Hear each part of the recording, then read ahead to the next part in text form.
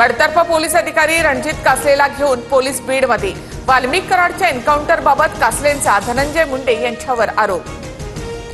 नांदेड जिल्ह्यातील अतुल सावेने मंजूर केलेल्या 7,25,00,000च्या कामांना स्थगिती।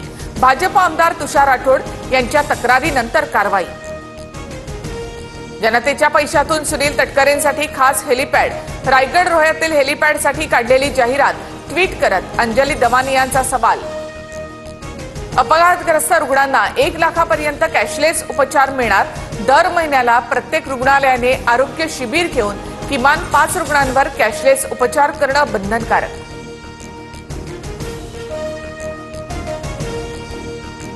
नोटीशीनंतर सुधा सोमय्यांचं ठिय्या आंदोलन। भोंगे काढेपर्यंत आंदोलनावर ठाम। हिंसाचाराच्या घटनेनंतर नाशिकमध्ये 3 मे पर्यंत मनाई आदेश। दगडफेक प्रकरणी 7 आरोपींना 1 दिवसाची पोलीस कोठडी। आतापर्यंत 38 जणांना अटक तर 1500 जणांवर गुन्हा दाखल। नाशिक जिल्ह्यामध्ये 22 गावांना टँकरने पाणी पुरवठा। नांदेडच्या चिंचाळा ग्रामस्थांनाही पाणी टंचाईच्या झळा। एप्रिलच्या मध्यातच पाणी टंचाईच्या समस्या तीव्र होत असल्याचं चित्र।